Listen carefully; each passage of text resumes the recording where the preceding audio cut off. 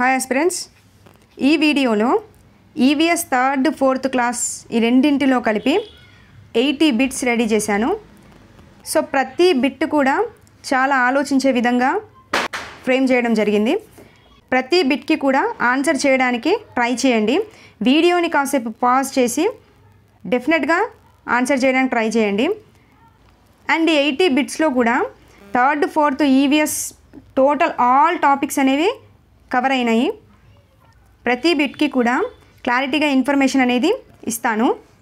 And ప్రీవియస్లో మనకి ఈ third fourth ఈవీఎస్లో నుండి ఏ బిట్ ఫ్రేమ్ అయింది, ఆ బిట్ ఎలా ఫ్రేమ్ అయిందో కూడా నేను ఈ వీడియోలో ఎక్స్ప్లెయిన్ చేయడం జరుగుతుంది. సో వీడియోని మాత్రం ఎక్కడా కూడా స్కిప్ చేయకుండా ఎండ్ వరకు చూడండి. డెఫినెట్గా టెట్కి కావచ్చు, డిఎస్సికి కావచ్చు చాలా బాగా యూజ్ అవుతుంది. అండ్ మీకు ర్యాపిడ్ రివిజన్ లాగా కూడా ఈ బిట్స్ అనేవి యూజ్ అవుతాయి. సో ఫస్ట్ బిట్ చూడండి. మనకి లూయిస్ బ్రెయిలీ కనిపెట్టిన బ్రెయిలీ లిపి అనేది ఎవరికి సంబంధించింది? ఆప్షన్స్ వచ్చేసి చెవిటి వారి కోసం, మూగవారి కోసం, కళ్ళు లేని వారి కోసం, వికలాంగుల కోసం. సో ఆన్సర్ చేయడానికి ట్రై చేయండి. ఈ బిట్కి ఆన్సర్ వచ్చేసి కళ్ళు లేని వారి కోసం మనకి బ్రెయిలీ లిపి అనేది లూయిస్ బ్రెయిలీ కనిపెట్టడం జరిగింది. Okay, next bit. ప్రపంచ దివ్యాంగుల దినోత్సవం ఏ రోజున జరుపుతారు? ఆప్షన్స్ వచ్చేసి November 3, December 2, November 2, December 3. So దీని యొక్క ఆన్సర్ వచ్చేసి మనకి డిసెంబర్ 3 అనేది ఆన్సర్. క్లియర్? Next bit. ప్రతి సంవత్సరం ప్రపంచవ్యాప్తంగా వృద్ధుల దినోత్సవం ఏ రోజున జరుపుతారు? Options December 1, November 1, October 1, September 1. Okay, answer వచ్చేసి అక్టోబర్ 1. ఈ రెండు కూడా మనకి థర్డ్ క్లాస్ బిట్స్. ఇక్కడ మనకి బిట్ అనేది కన్ఫ్యూజ్ అవుతుంది. ఒకసారి చూడండి. సెకండ్ బిట్ ఏమో ప్రపంచ దివ్యాంగుల దినోత్సవం, థర్డ్ బిట్ ఏమో ప్రపంచ వృద్ధుల దినోత్సవం. సో దీన్ని ఏ విధంగా గుర్తుపెట్టుకోవచ్చు అంటే, దివ్యాంగులు అంటే డీతో స్టార్ట్ అవుతుంది కదా స్టార్టింగ్ లెటర్. సో మనకి డి అంటే ఇక్కడ డిసెంబర్. సో ఈ విధంగా గుర్తుపెట్టుకోవచ్చు. దివ్యాంగులు అంటే డీతో స్టార్ట్ అవుతుంది కాబట్టి డిసెంబర్లో మనకి ప్రపంచ దివ్యాంగుల దినోత్సవం జరుపుతారు. ఆప్షన్ డేట్ వచ్చేసి మనకి 3 అనేది ఒకటి గుర్తుపెట్టుకుంటే సరిపోతుంది. ప్రపంచ వృద్ధుల దినోత్సవం, ఇక్కడ మనం షార్ట్కట్గా వృద్ధులందరూ కూడా 1వ తారీఖులోనే జన్మిస్తారు, అది కూడా అక్టోబర్ 1. ఇది ఇట్లా గుర్తుపెట్టుకున్నా మనకి ఈజీగా గుర్తుంటుంది. క్లియర్? నెక్స్ట్ ఈ బిట్ చూడండి. మనకి ప్రజెంట్ పేపర్ ప్యాటర్న్ మొత్తం ఇలాంటి బిట్సే మనకి ఫ్రేమ్ కావడం జరుగుతుంది. అందుకే నేను అదే వేలో ఆలోచించి బిట్ అనేది ఫ్రేమ్ చేయడం జరిగింది. సో చూడండి క్వశ్చన్. క్రింది వాటిలో సరైన వాటిని గుర్తించండి. ఏ, పోలో ఆటను గుర్రాలపై స్వారీ చేస్తూ ఆడుతారు. బి, పోలో ఆటలో బంతిని ఉపయోగించరు. సి, పోలో ఆటలో మల్లెట్ కర్రను ఉపయోగిస్తారు. ఓకే, ఆప్షన్స్ వచ్చేసి ఏబి మాత్రమే సరైనవి, ఏబిసి సరైనవి, ఏసి సరైనవి, సి మాత్రమే సరైనది. ఆన్సర్ చేయడానికి ట్రై చేయండి. చూడండి, ఒక్కొక్క ఆప్షన్ని ఎలిమినేట్ చేసుకుంటూ వద్దాం. పోలో ఆటలో గుర్రాలపై స్వారీ చేస్తూ ఆడతారు, కరెక్టే కదా, గుర్రాలపైనే ఆడతారు. సో ఇది మనకు అవుతుంది. నెక్స్ట్, పోలో ఆటలో బంతిని ఉపయోగించరు. ఇక్కడ చూసుకోవాలి, ఉపయోగించరు అని ఇచ్చారు. సో బంతిని పోలో ఆటలో కంపల్సరీ ఉపయోగిస్తారు కదా, సో ఇది మనకి ఆన్సర్ అవ్వదు. నెక్స్ట్, పోలో ఆటలో మల్లెట్ కర్రను ఉపయోగిస్తారు, అంతే కదా, పోలో ఆటలో వాడే కర్ర మల్లెట్ కర్ర, ఇది మనకు అవుతుంది. అంటే ఏసీ మాత్రమే మనకి ఆన్సర్, బి అనేది ఆన్సర్ కాదు. ఏసీ ఎక్కడుంది? థర్డ్ ఆప్షన్లో ఉంది. సో మనకి థర్డ్ ఆప్షన్ అనేది ఆన్సర్ అవుతుంది. క్లియర్? ఇక్కడ పోలో ఆటలో ఉపయోగించే కర్ర ఏది అని చెప్పేసి ప్రీవియస్ స్టేట్లో బిట్ అడగడం జరిగింది. సో మల్లెట్ కర్ర. క్లియర్? ఈ విధంగా బిట్ని అనాలిసిస్ చేయాలి. బాలల దినోత్సవాన్ని ఎప్పుడు జరుపుతారు? ఈ బిట్ అందరికీ తెలిసే ఉంటుంది. బాలల దినోత్సవం మనకి ఎప్పుడు జరుపుతారు? నవంబర్ 14న మనకి బాలల దినోత్సవం జరుపుతారు. ఓకే, ఇది general bit. Next 6th bit. వాటిలో వేటిని నిల్వ ఉన్న నీటిలో చల్లడం ద్వారా దోమలు అనేవి చనిపోతాయి? ఆప్షన్స్ వచ్చేసి kerosene petrol, next kerosene malathion, next kerosene chlorine, next kerosene malathion. Okay, నిల్వ ఉన్న నీటిలో దోమల్ని చంపడానికి క్రింది వాటిలో వేటిని ఉపయోగిస్తారు అనేది క్వశ్చన్. ఆన్సర్ చేయండి. ఎలిమినేట్ చేసుకుంటూ వస్తే కిరోసిన్ని దోమలు చంపడానికి వాడతారు, కానీ పెట్రోల్ని వాడరు. సో ఆప్షన్ 1 ఎలిమినేట్ చేయొచ్చు. నెక్స్ట్ క్లోరిన్ అయితే దోమలు చంపడానికి అయితే వాడము, మలాథియన్ని వాడతాము. కిరోసిన్, క్లోరిన్, సో క్లోరిన్ వాడం కదా, ఇది కాదు మనకి. Next kerosene, malathion. ఎస్, ఈ కిరోసిన్ మలాథియన్ని నిల్వ ఉన్న నీటిలో చల్లడం ద్వారా దోమలని చంపొచ్చు. సో ఆప్షన్ వచ్చేసి మనకి 4th ఆప్షన్ అనేది కరెక్ట్ అవుతుంది. క్లియర్. నెక్స్ట్ ఇది ప్రీవియస్ టెట్ బిట్ అండి. చూడండి 7th బిట్ మనకి ఈగలు వాలిన కలుషితమైన ఆహారం తినడం వల్ల వచ్చే రోగాలు ఏవి అని అడిగాడు. ఆప్షన్స్ వచ్చేసి మలేరియా క్షయ, మలేరియా డెంగ్యూ, కలరా క్షయ, టైఫాయిడ్ కలరా. ఆన్సర్ చేయడానికి ట్రై చేయండి. ఫస్ట్ ఆప్షన్ చూడండి, మలేరియా అనేది మనకి దోమ వలన కలుగుతుంది, క్షయ అనేది మనకి గాలి ద్వారా వ్యాపించే వ్యాధి. సో ఇక్కడ మనకి ఈగ అనేది వాహకంగా పనిచేయదు కాబట్టి ఆప్షన్ అనేది ఎలిమినేట్ చేయవచ్చు. నెక్స్ట్ మలేరియా ఇందాకే చెప్పాను దోమ ద్వారా వ్యాపిస్తుంది, డెంగ్యూ కూడా దోమ ద్వారా వ్యాపిస్తుంది. సో ఈగ వాహకంగా పనిచేయదు కాబట్టి ఇది మనకు ఆప్షన్ కాదు. నెక్స్ట్ కలరా అనేది మనకి నీటి ద్వారా వ్యాపించే వ్యాధి. సో ఇందులో మనకి ఈగ అనేది వాహకంగా పనిచేస్తుంది. సో కలరా మనకి ఆన్సర్గా తీసుకోవచ్చు. బట్ క్షయ అనేది మనకి గాలి ద్వారా వ్యాపిస్తుంది కాబట్టి దీనికి ఈగ అనేది వాహకంగా పనిచేయదు. సో ఈ ఆప్షన్ తీసేయచ్చు. నెక్స్ట్ టైఫాయిడ్, కలరా ఈ రెండు కూడా మనకి కలుషితమైన నీటి ద్వారా ఈగ వాహకంగా పనిచేయడం ద్వారా వచ్చే రోగాలు. సో మనకి ఆన్సర్ అనేది టైఫాయిడ్, కలరా అనేది ఆన్సర్ అవుతుంది. Clear. Next bit 8th bit. ఈ బిట్ వచ్చేసి మనకి 3rd క్లాస్ బిట్. మీరు 3rd క్లాస్ టెక్స్ట్ బుక్ని లైన్ టు లైన్ చదివితే ఈ బిట్ కనిపెడుతుంది. బాదం, చింత, రావి, మామిడి వీటిలో వేటి ఆకుల రంగు ఆకు వయస్సును బట్టి మారుతుంది. ప్రతి ఆప్షన్లో 2 నేమ్స్ ఇచ్చాడు. సో ఈ 4 పేర్లలో వేటి ఆకుల రంగు ఆకు వయస్సును బట్టి మారుతుంది అనేది క్వశ్చన్. ఆన్సర్ చేయడానికి ట్రై చేయండి. ఆన్సర్ వచ్చేసి బాదాం, మామిడి. ఓకే, గుర్తుపెట్టుకోండి, బాదాం, మామిడి ఆకుల రంగు ఆకు యొక్క వయస్సును బట్టి మారుతుంది. ఓకే. Next bit. ఈ బిట్ కూడా చూడండి స్టేట్మెంట్లో ఫ్రేమ్ చేసా. క్రింది వాటిలో సరైన వాటిని గుర్తించండి. ఆప్షన్స్ చదవండి, ఎలిమినేట్ చేసేయండి. ముదురు ఆకులు ఆకుపచ్చ రంగులో ఉంటాయి, చిగురుటాకులు లేత గోధుమ రంగులో ఉంటాయి, రాలిపోయే ఆకులు పసుపు రంగులో ఉంటాయి, పూర్తిగా రాలిన ఆకులు ఎరుపు రంగులో ఉంటాయి. రైట్. ప్రతి ఆప్షన్ని చూసుకుంటూ వెళ్దాం. ముదురు ఆకులు ఆకుపచ్చ రంగులో ఉంటాయి, అంతే కదా. ముదురు ఆకులు ఎప్పుడు కూడా ఆకుపచ్చ రంగులోనే కనిపిస్తాయి. సో ఈ ఆన్సర్ మనకు అవుతుంది. నెక్స్ట్ చిగురుటాకులు లేత గోధుమ రంగులో ఉంటాయి. కాదండి, చిగురుటాకులు లేత ఎరుపు రంగులో ఉంటాయి, గోధుమ రంగు కాదు, మనకి ఎరుపు రంగు. సో మనకి బి అనేది ఆన్సర్ అవ్వదు. నెక్స్ట్ రాలిపోయే ఆకులు పసుపు రంగులో ఉంటాయి. ఎస్, రాలిపోయే ఆకులు మనకు పసుపు రంగులోనే కనపడతాయి కాబట్టి సి అనేది ఆన్సర్ అవుతుంది.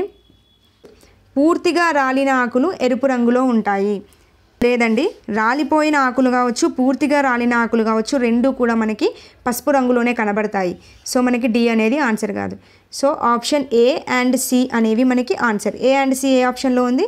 3rd option. సో మనకి 3rd ఆప్షన్ అనేది ఆన్సర్ అవుతుంది. క్లియర్. ఇది 3rd క్లాస్ బిట్టి. రాజస్థాన్ రాష్ట్రంలో ఎక్కువగా పండేవి ఏవి?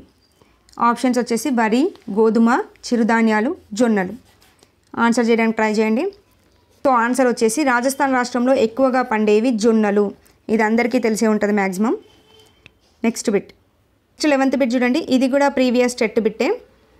క్వశ్చన్ క్లారిటీగా చదివి ఆన్సర్ చేయడానికి ట్రై చేయండి. చూడండి 3rd క్లాస్లో కుండ తయారీ దశలను ఎంత క్లారిటీగా మెన్షన్ చేశాడు. స్టెప్ బై స్టెప్ చూసుకుంటూ వెళ్ళాలి. ఫస్ట్ కుండలు చేయడానికి రాజయ్య బంకమట్టిని తీసుకొచ్చిండు. సెకండ్ స్టెప్లో బంకమట్టిలో నీళ్లు పోసి నానబెట్టి కాలితో చాలాసేపు తొక్కి మెత్తగా చేసిండు. నెక్స్ట్ 3rd స్టెప్లో మట్టి ముద్దను తీసుకొని కుమ్మరి సారె పైన పెట్టి తిప్పుతాడు, చేతితో కుండ ఆకారాన్ని తయారు చేస్తాడు. ఓకే, దేనిపైన? కుమ్మరి సారె పైన పెట్టి తిప్పుతాడు. నెక్స్ట్ 4th స్టెప్లో సారె మీద తయారైన కుండను సరైన ఆకారం వచ్చేలాగా సలపతో కొడతాడు. ఓకే.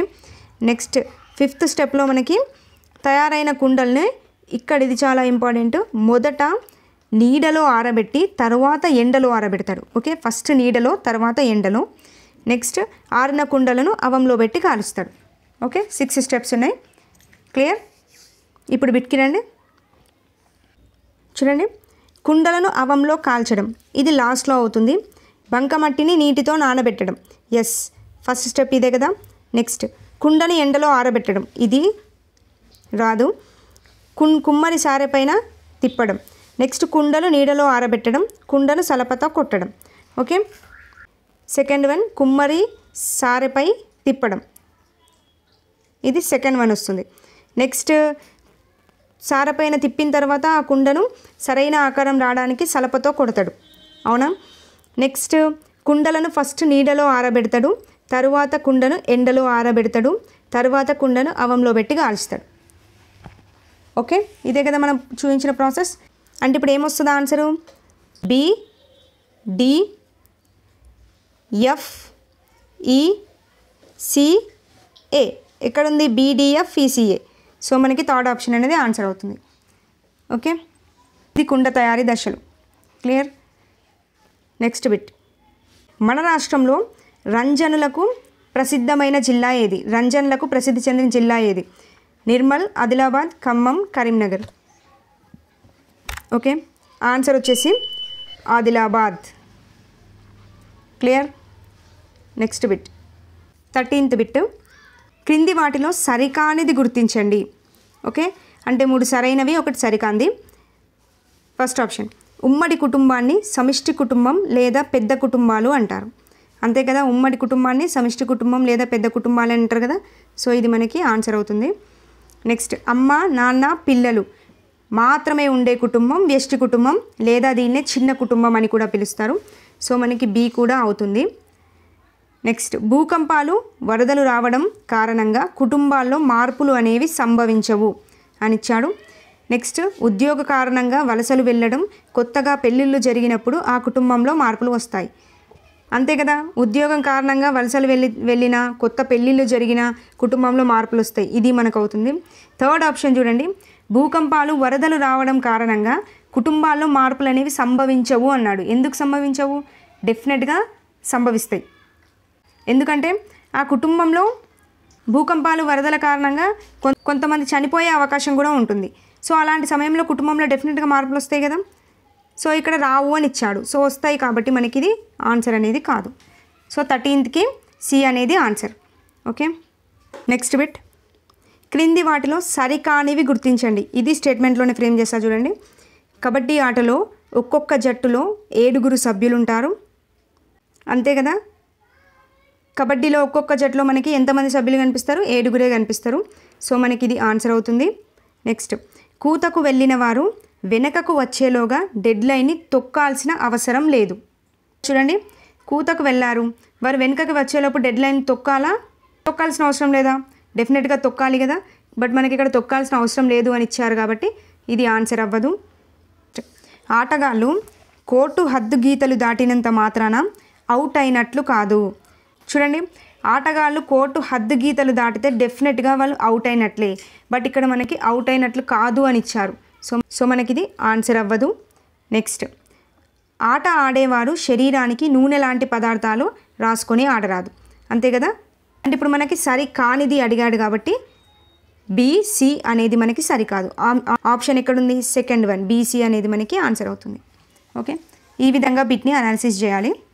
బిట్ చూడండి, సేమ్ అదే ప్యాటర్న్, సరికానిది గుర్తించండి అని అడిగారు. సో ఒక్కొక్క ఆప్షన్ని ఎలిమినేట్ చేసుకుంటూ వెళ్దాం. ప్రతి సమయంలో వాహనాలన్నీ ఎక్కడికక్కడ ఆగిపోకుండా నియంత్రించడానికి సిగ్నలింగ్ సిస్టమ్ని ఏర్పాటు చేస్తారు.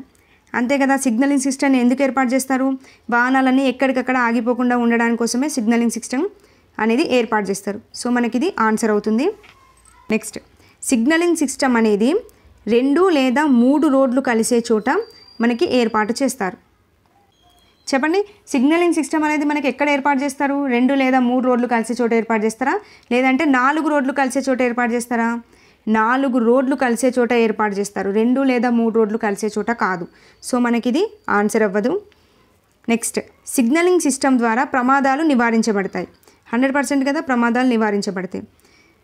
నెక్స్ట్, ఆరెంజ్ లైట్ వెలిగినప్పుడు సిద్ధంగా ఉండాలి. అంతే కదా, రెడ్ లైట్ వెలిగినప్పుడు ఆగుతాం, ఆరెంజ్ లైట్ వెలిగినప్పుడు ప్రయాణించడానికి సిద్ధంగా ఉంటాం. ఓకే, అంటే ఇక్కడ సరికానిది అడిగాడు కాబట్టి ఆన్సర్ అనేది బి అనేది అవుతుంది. క్లియర్. నెక్స్ట్ 16th బిట్ చూడండి. 16th బిట్ కూడా మనకి ప్రీవియస్ టెట్ బిట్టే అండి. రోడ్డు పైన చారలు గీసి ఉన్న చోట మనుషులు రోడ్డు దాటడాన్ని ఇలా అని పిలుస్తారు. ఇది అందరికీ తెలిసిందే. రోడ్డు దాటడానికి రోడ్డుపై చారలు గీసి ఉన్న ప్రాంతాన్ని ఏమని పిలుస్తాం? సిగ్నలింగ్ సిస్టమ్ కాదు, రెడ్ క్రాసింగ్ కాదు, రోడ్డు క్రాసింగ్ కాదు, జీబ్రా క్రాసింగ్ అని పిలుస్తాం. ఇది అందరికీ తెలిసిందే కదా. ఇది ప్రీవియస్ టెట్ బిట్. నెక్స్ట్ ఈ బిట్ చూడండి.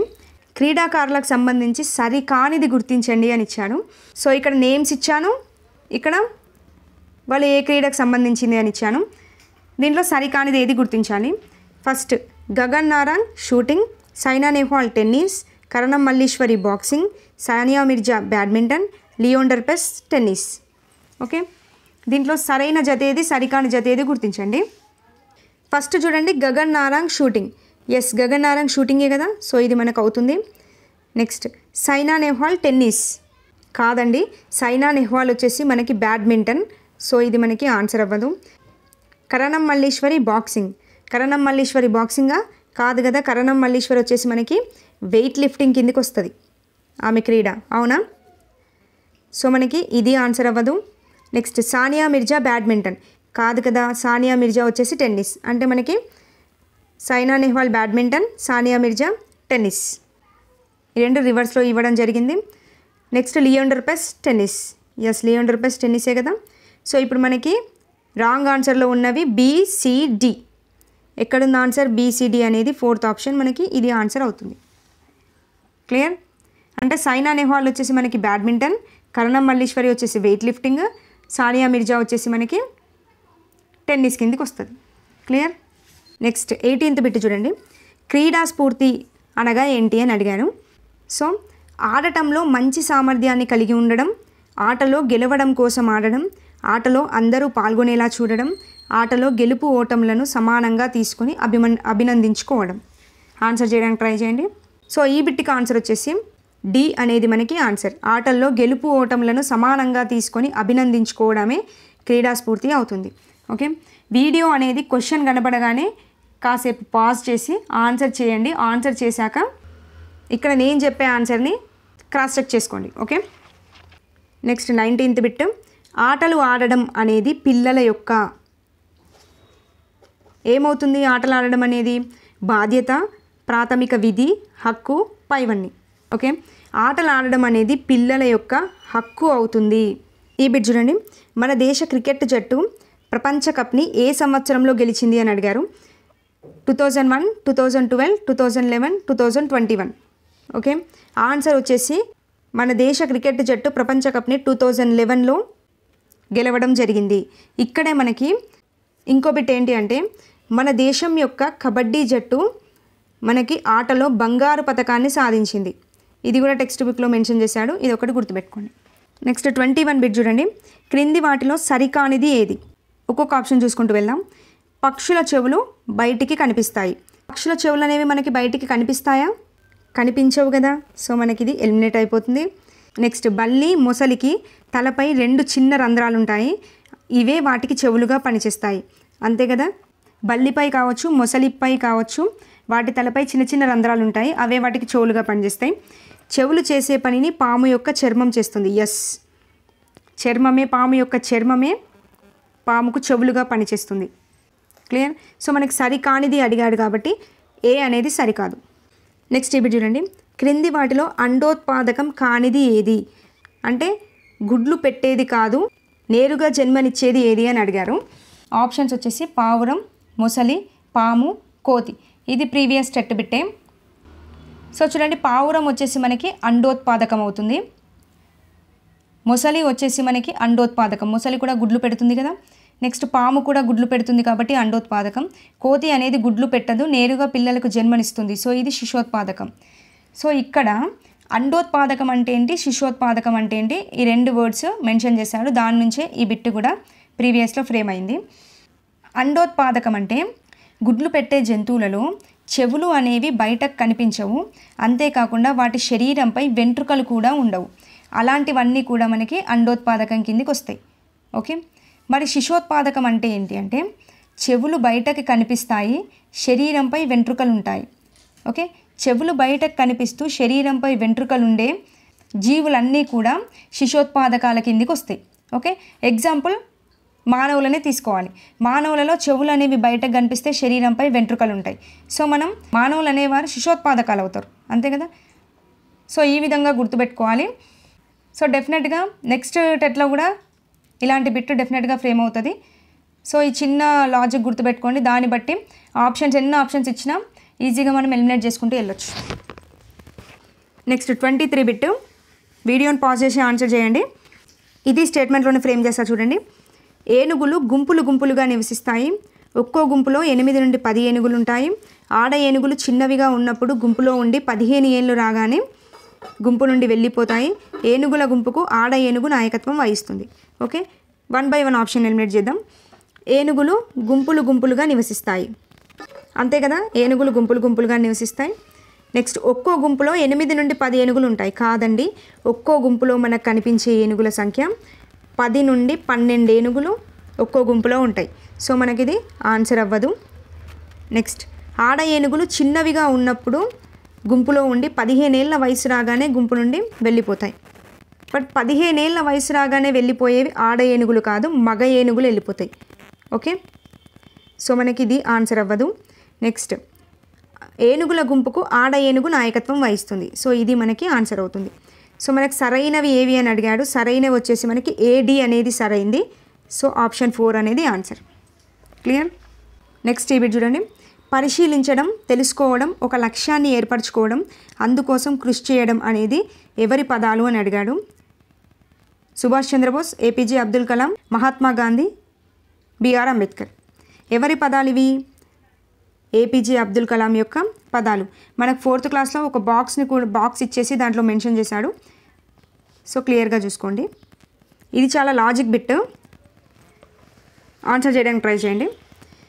గిజిగాడు పక్షి మొక్కల నారలతో ఆకులను కుట్టి గూడును తయారు చేసుకుంటుంది.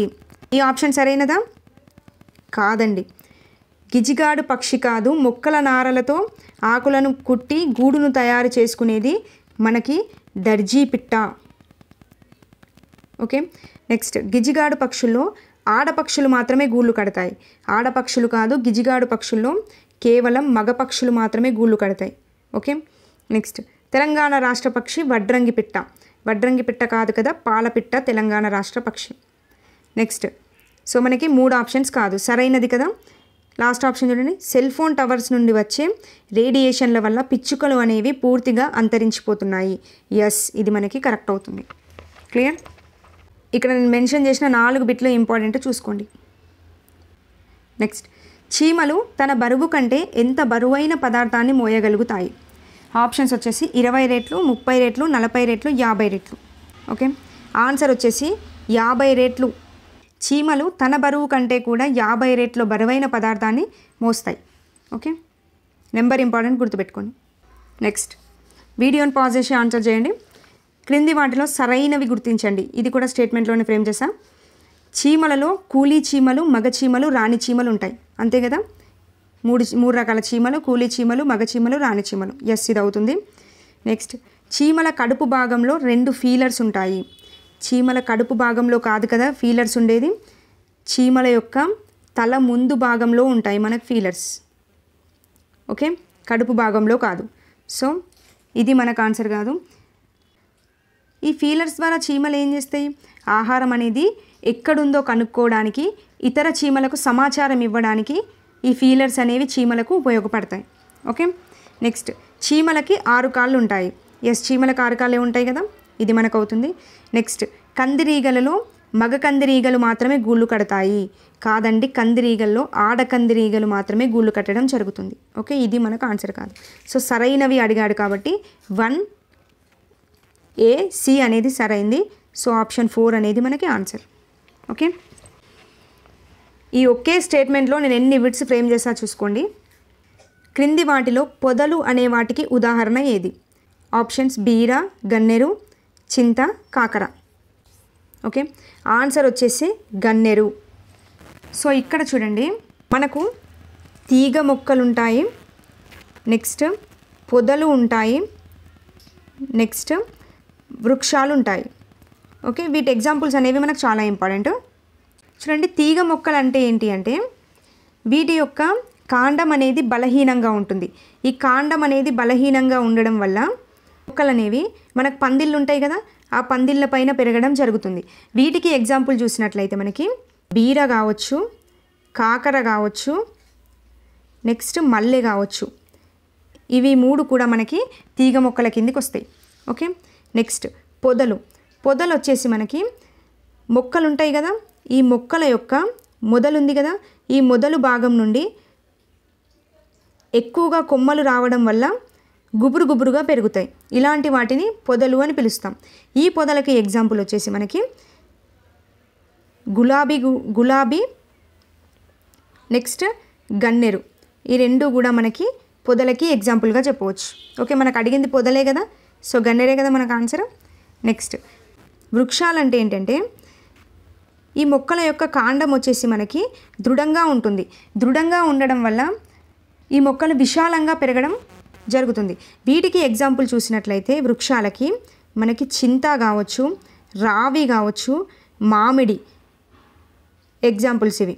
ఓకే, ఎక్సెట్రా ఇంకా చాలా చెట్లు వస్తాయి. సో ఇవి మనకి వృక్షాల కిందికి వస్తాయి.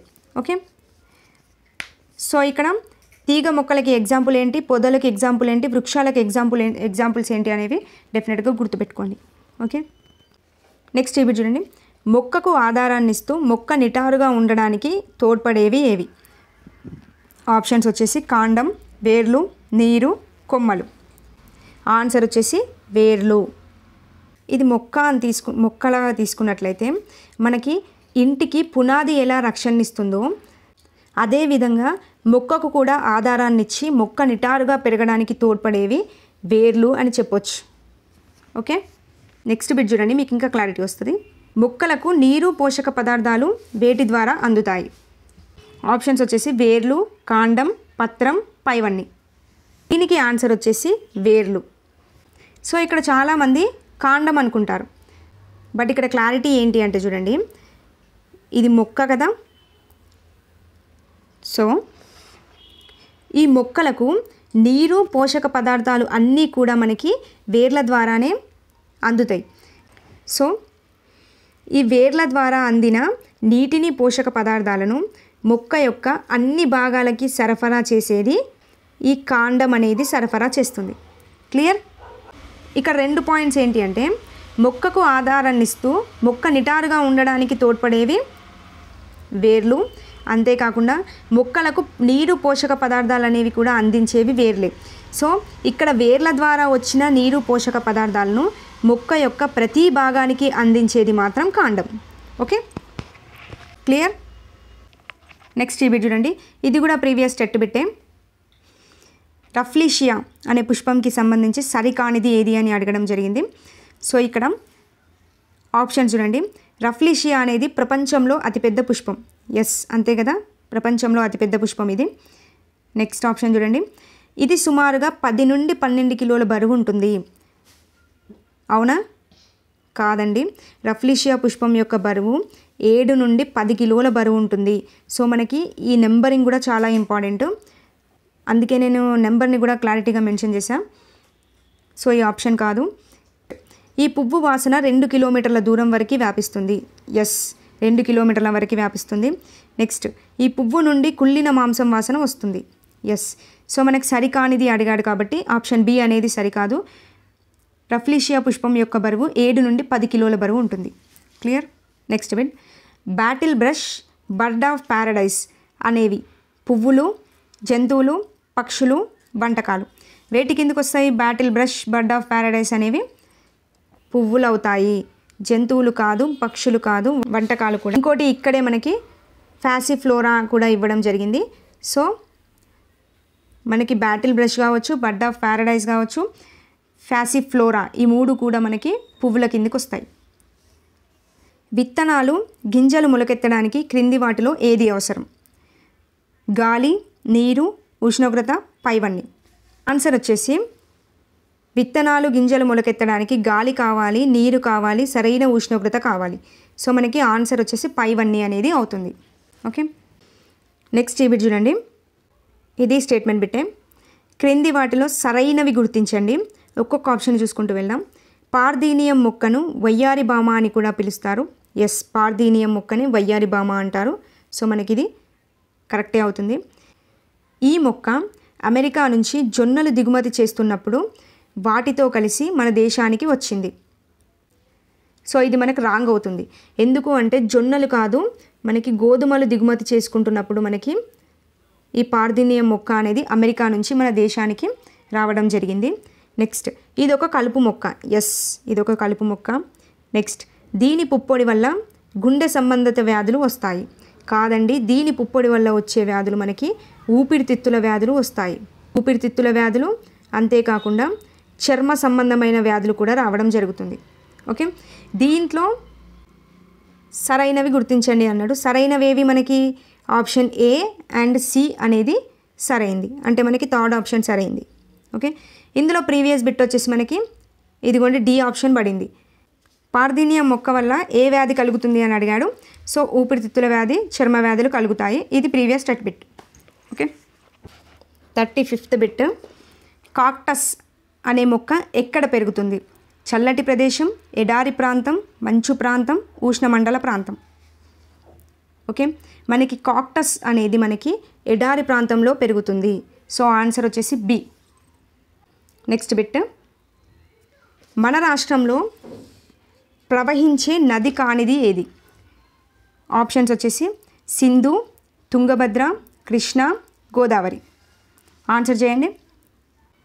సో ఆన్సర్ వచ్చేసి సింధు. సింధు నది అనేది మన తెలంగాణ రాష్ట్రంలో కనిపించదు. తుంగభద్ర కనిపిస్తుంది, కృష్ణ కనిపిస్తుంది, గోదావరి కనిపిస్తుంది, మూసి కూడా కనబడుతుంది. నెక్స్ట్ బిట్ చూడండి. తెలంగాణ మ్యాప్ పైన బిట్స్ ఇవి. ఒక 3-4 బిట్స్ ఫ్రేమ్ చేశాను. సో తెలంగాణ మ్యాప్ వచ్చేసి కంపల్సరీ ఏ డిస్టిక్ ఎక్కడెక్కడ ఉంది అనేది 33 డిస్ట్రిక్ట్స్ డెఫినెట్గా గుర్తుపెట్టుకోవాలి.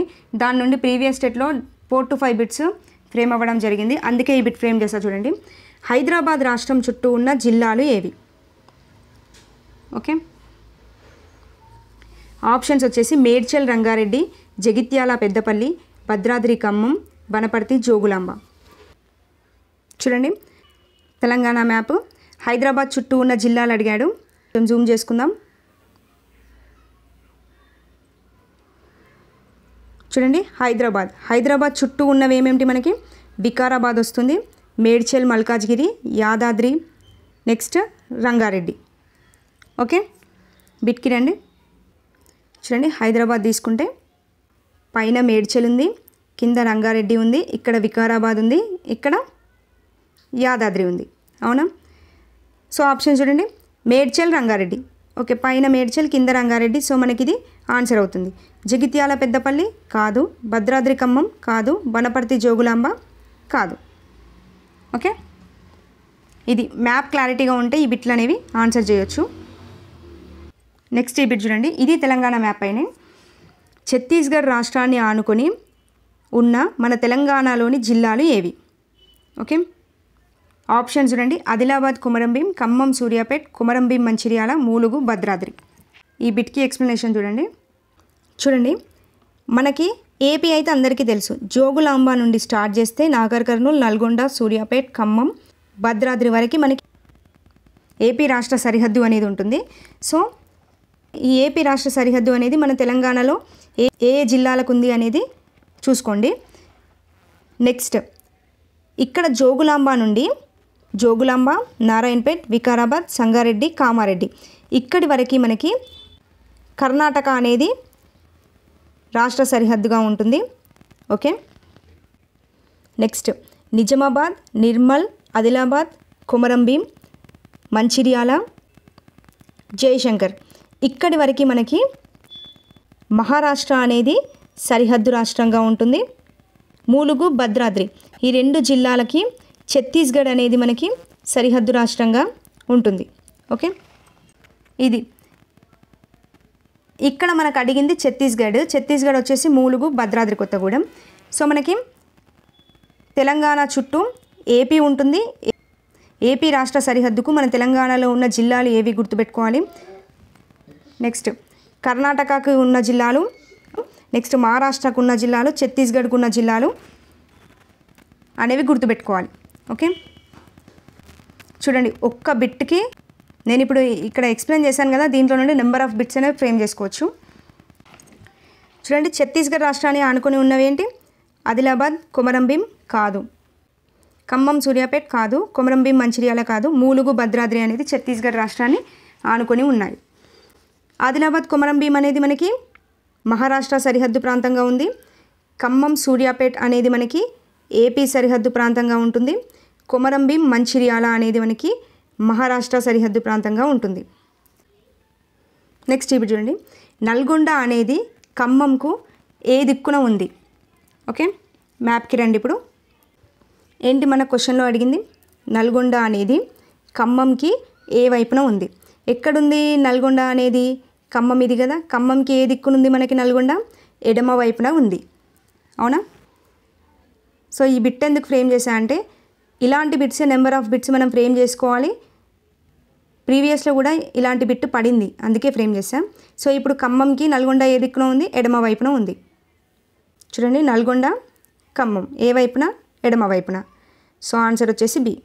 క్లియర్? హైదరాబాద్కు రంగారెడ్డి ఏ దిక్కున ఉంది? తూర్పు, పడమర, ఉత్తరం, దక్షిణం. చూడండి మనకి ఇక్కడ మిడిల్లో హైదరాబాద్ ఉంటుంది. ఓకే, పైన మనకి మేడ్చల్ ఉంటుంది, కింద మనకి రంగారెడ్డి ఉంటుంది. సో ఇప్పుడు హైదరాబాద్కి రంగారెడ్డి ఏ దిక్కున ఉంది? హైదరాబాద్కి రంగారెడ్డి దక్షిణ దిక్కున ఉంది, అవునా? సో మనకి ఆన్సర్ అనేది దక్షిణం. ఓకే, నెక్స్ట్ ఆహార భద్రతా కార్డు అంటే రేషన్ కార్డ్ని ఎవరు మంజూరు చేస్తారు? విఆర్ఓనా, తహసీల్దార్, పౌర సరఫరాల అధికారి, ఎంఆర్ఓ? ఆన్సర్ చేయండి. సో ఆన్సర్ వచ్చేసి పౌర సరఫరాల అధికారి. సో ఇక్కడ క్లారిటీ ఏంటి అంటే ఆహార భద్రతా కార్డుని మంజూరు చేసేది పౌర సరఫరాల అధికారి. ఆ కార్డు మంజూరు అయ్యాక దాన్ని వినియోగదారునికి పంపిణీ చేసేది మాత్రం తహసీల్దార్. Okay, clear? కార్డును మంజూరు చేసేది పౌర సరఫరాల అధికారి, దాన్ని వినియోగదారులకు అందించేది మాత్రం తహసీల్దార్. క్లియర్? అంతేకాకుండా రేషన్ సరుకులు మనకు సరిగ్గా ఇవ్వకపోతే మనం ఎవరికి కంప్లైంట్ చేయాలి అంటే తహసీల్దార్కి కంప్లైంట్ చేయొచ్చు. క్లియర్? ఇక్కడ 3 బిట్స్ వచ్చాయి, చూసుకోండి. వీడియో చాలా లెంత్ అయిపోయింది. సో పార్ట్ 2లో ఇంకో 40 బిట్స్ అనేవి అప్లోడ్ చేస్తాను. సో లింక్ కూడా డిస్క్రిప్షన్లో ఇస్తాను. సో తప్పకుండా చూడండి. Thank you for watching.